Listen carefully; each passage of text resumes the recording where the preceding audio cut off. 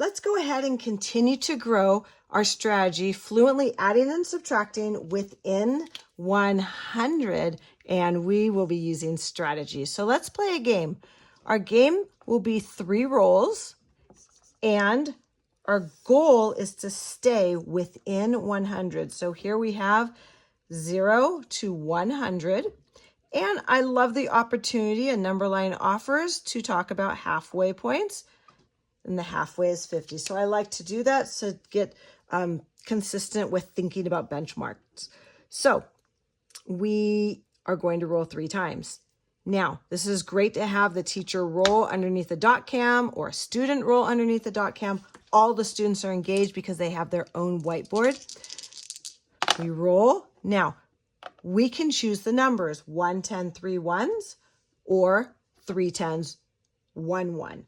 Place value is huge. We really need to be talking a lot about place value all throughout other units, not just when we're specifically teaching or working with place value, because we really need to understand and make sense of why we need to understand place value. So I would ask students, why would you want 31? Why would you want 13? I am going to pick 31 because it's 3 10s, and 3 10s is 30, which gets me, this is halfway between here, and I know that's a quarter. Whoops, that's not exact there. 25, and I know this is 75. So this puts me about here. I have a long ways to go, but I only have 2 more rolls. So I'm going to go ahead and put 31.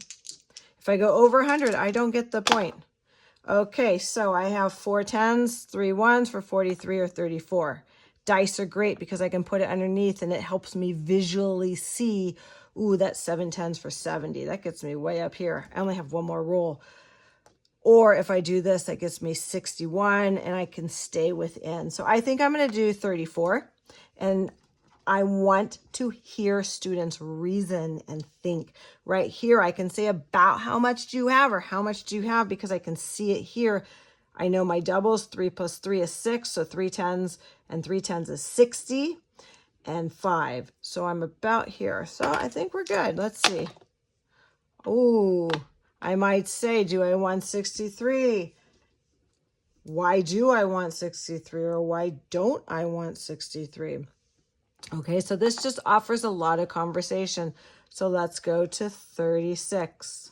Now, I want to be using my strategies so I know that 6 and 4 is 10, and I know that's 1 more.